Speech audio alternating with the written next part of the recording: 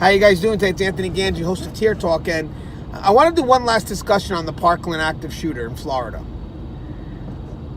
I want to do one more discussion because I feel that we're still not where we need to be. You have a lot of individuals focusing on the preventive laws that can stop guns from getting into the wrong hands, but we also have to focus on our reaction when the gun is on the premise.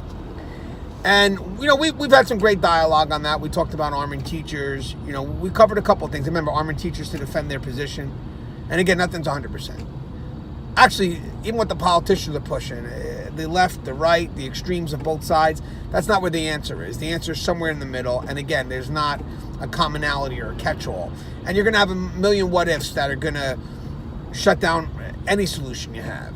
But the thing is, you have to ask yourself, what does the statistics show? What's probable? And act on what's probable.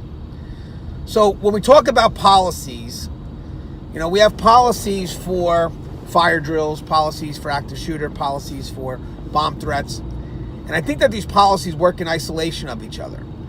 And as we can see with the active shooter, sometimes these policies interact, especially with the active shooter taking advantage of one policy so he could benefit what he's trying to do.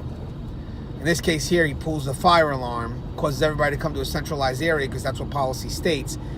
And then that breaks away from the lockdown procedure of an active shooter policy, which means when active shooters announced, you lock it down. So he broke through that part by doing the fire drill and then, committing to his mass kills. So we need policies that somehow, and again, this is just comments, let's have some comments below, just a dialogue, that don't work in isolation of each other. That's something that they should be looking at. So basically, this is what an active shooter says we got to do. This is what a fire drill says we have to do. This is what an emergency bomb threat says we got to do. But is there any way that any of these policies can be used in a negative way to affect our response to something else? And it's true. The fire drill tells us, hey, evacuate. The bomb threat, evacuate. Active shooter, lock it down. So think about it now.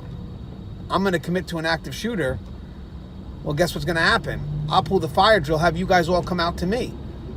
So if you're looking for that universal policy that covers all type of emergent responses, and that sounds rather impossible. But we do have to look at to see, do these policies conflict with each other? Does one response make us vulnerable for another? And I think that's how we got to look at things. And if so, what can we do to make sure that by reacting to one policy, we're not vulnerable in case that policy is being manipulated?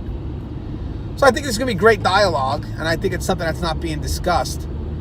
It may be more of a in-house management, but it definitely should be discussions on the table on how we react to situations. Because, again, I'll end on this, but if this happens again and an active shooter pulls the fire drill to bring everybody out, that's going to be shame on us because we knew this happened before.